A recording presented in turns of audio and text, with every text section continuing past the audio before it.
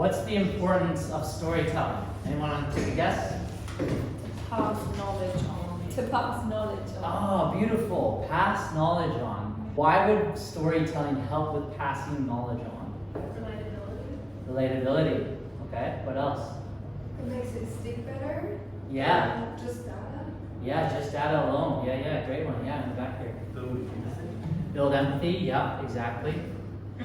And anyone else? Like sharing your truth and connection. Yeah, very powerful. What else? Why is storytelling important?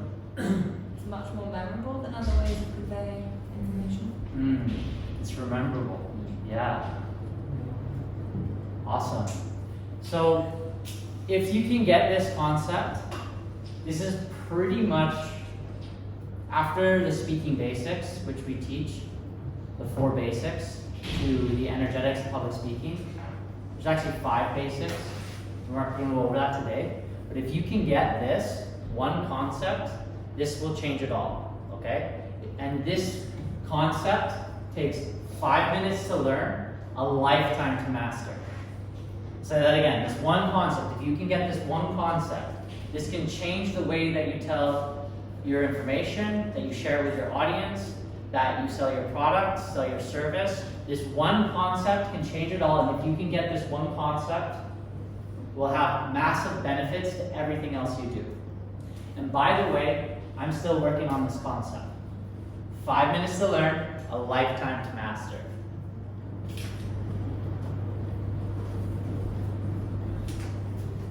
Facts tell, stories sell.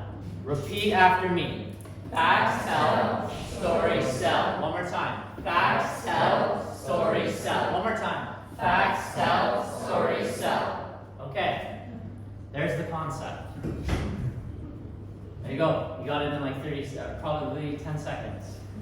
Key concept. Facts tell, stories sell. This dates back to our prehistoric mind. Think about it. Any movie we watch is in a story. We are constantly talking and sharing in stories. How was your day? Right? Well, it was this, and this. I went here, and you never guessed who I met. I met this person. And then I went here for food, and da-da-da-da-da. It's a story. So stories are so important. And here's the reason why. Back in the day, how we transferred information was through story. So when we were sitting around the fireplace, we would share stories. And that's how information was transferred from generation to generation to generation. If you look at any religion, think about the actual data that they share, and then all the fables. Some of them are fables, maybe some of them are true, who knows, a long time ago, but they share stories. Here's the reason why, and a big component of it. We relate to stories, and we can remember information about stories. And stories we can call upon within what's called our subconscious mind. So, if you're wanting to share information, if you want to share a fact, tell a story with it. This is why testimonials are so important, right? You share your testimonial of maybe something that you have a product or service. You share your testimonial or your client, their results and their story, right? For example, I'll just share one right now. I'll give you an example, okay? Within our own product. Here's the fact. If you come and train with us within the next 2 to 4 weeks, I can honestly guarantee that you will feel less anxiety, you'll be more expansive in your energy field, and you will speak with confidence. Not just in this room. When you go and work, let's say in meetings, when you go and interact within a group of people, it will give you confidence. And the breakthrough happens within the first 2 to 4 weeks. Here's a story. We had a client, let's say her name is Sarah. She came in contracted, a lot of anxiety. The first time she stepped on stage, she couldn't even talk. She actually just started crying. Couldn't speak, couldn't express. Because had so much fear from eyes being on her for various different reasons, which we train the reasons why. But because the room had kindness and acceptance and we support each other through that experience, she was allowed to transmute that energy, that contracted energy, and she got over top that fear in the first exercise. But that wasn't the key. The key was keep showing up. And this is what we always say, practice, practice, practice. So just coming once isn't enough. You gotta keep coming, about 2 to 4 weeks consistently. But by the 4th week, she started running her first workshop.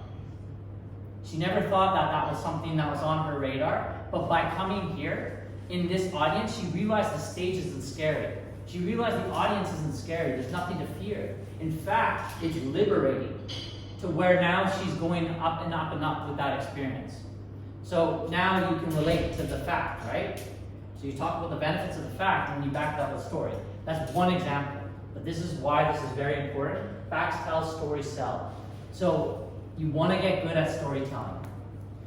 Anyone know who Russell Brunson is? Or show hands? Okay. Russell Brunson, I'll tell you a story. Russell Brunson was a public speaker at the beginning of his journey. He's the guy, for those of you that don't know, he created ClickFunnels. He used to sell on stage. And by the way, he makes $250,000 per talk. But it didn't start out that way. When he first started out, he would step on stage and he'd tell a lot of facts. He'd tell a lot of facts. This is why you should buy ClickFunnels. This is what ClickFunnels can do for you. This is what ClickFunnels, it's this feature, this feature, this feature. In fact, do you know that his first talk, he didn't sell anything? And he was very embarrassed. He actually went home into his hotel and stayed there for the next 3 days. Someone called him. One of the mentors in the crowd called him, said, hey, let's meet up. He was about to quit what he was doing. Went and met up with the mentor. The mentor said 2 things. You're not getting consent with many yeses. And very, very important, you're not telling any stories. So what does stories have to do with my product? Stories help you sell. Do you know that in a 90-minute speech, he tells something about 120 stories? Yeah. And stories need to be about 1 minute to 1.5 minutes, which we'll get into, okay? So there's a story based upon someone else that this information is coming from. It's not my information, by the way. So key concept, say it with me again. Facts tell, stories sell. All right, really good job. Second, we want to use an active voice rather than a passive voice. Here's the difference. An active voice puts you in the scene, puts the audience in the scene. A passive voice is talking about the scene. So here's an example.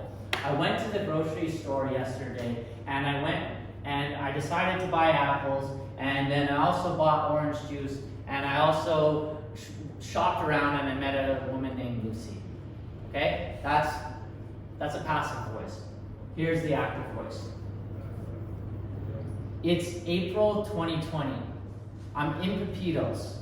It's 5 p.m. and you would not believe the display that I see. It's incredible. The apples are so shiny. The display is amazing. And I'm standing there saying apples or oranges. Which one should I check? You know what I do? I say, you know what? I'm in Bali. Let's go YOLO. Both. Apples and oranges. Boom. In my grocery basket. Next thing you know, I'm walking past and all of a sudden I see Lucy. Hey, Lucy, how you doing? Long time no see. I haven't seen you since cat yoga. How you doing? Okay? So you put in the scene. You can go into characters. I'm just having fun, by the way, but this is using an active voice, okay? So put us in the scene, like it's present. We want to be present now, not in the past. Talk about it as I'm present, using an active voice. Number 3, key. This is something also Russell Brunson talks about. Your vulnerability is your superpower. Your vulnerability is your superpower. So often we think as the people, the product or the service, that we have to have it all together. That puts way too much pressure on us. And it's not relatable. It's not relatable. Do you notice how I said, hey guys, I'm still working on this. I am. Like I know, I can even feel it in my storytelling. I'm still working on this. This is something I'm still working on. This is 5 minutes to learn, a lifetime to master. If you master storytelling, this will change This is the one key that turns beside your energy. This is one key that will turn everything. So your vulnerability is your superpower. So there's a technique called throw one on yourself. Throw one on yourself is when you build yourself up, you notice how I talk about my product service, but then what you do is you throw one on yourself. You make yourself vulnerable, and you share something vulnerable about yourself. It's called the reluctant hero. It's called the reluctant hero. So what you want to do is when you are sharing your story, share your vulnerability, especially when you're talking about yourself, because it makes it less egotistical, and then it opens your audience up rather than closes them off. Number 4, we want to use senses. Use the senses. I feel like, so you're using a passive voice, an active voice, right? I'm in the grocery store, and I feel empowered by the display of the apples and oranges. I get this excited feeling of like I just had a hot chocolate through my body. The smell, the aroma of the grocery store and Pepitos. I'm just playing. But this is what you do, right? You bring the senses in, bring the 5 senses in, bring your feelings, bring your sight, what do you see, what do you hear, what do you feel, choose, right? Especially at the beginning, what it does is it syncs. There's a syncing that happens when you bring in feelings, okay, in the senses, okay? So number 4, use your 5 senses. Use your 5 senses. Number 5, know your audience. Know your audience. Know who you're speaking to. Have an awareness of who you're speaking to. Okay, here's a relatability, right? If I were to say Walmart, by show of hands here, who knows what Walmart is? All right, okay, pretty full room, okay. By show of hands here, who knows what Pepitos is? By show of hands, okay. You guys just take that in? Make it relatable, right? Know your audience. You want to use terminology and things that will relate. You know, so I said like cat yoga. You know, we're in Bali, hee hee ha ha, right? If that was corporate yoga, they'd be like, what? Like corporate? Like, I wouldn't make something like that. But make it relatable so you know your audience so that it builds rapport. So really key when you're telling, especially to your audience online, your followers or your audience, knowing them and then telling a story that will be relatable to them. Make your story relatable to your audience. Number 6, you really want to try to keep your stories between a minute and a minute 30.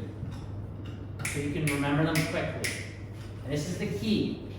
What's so powerful is what's called success stories, right? You remember success stories within your audience, right? So people ask you, let's say you're on a podcast, you're getting interviewed, and you talk about these stories, and you have, what you do is what's called a Rolodex. You keep a Rolodex of 5 stories.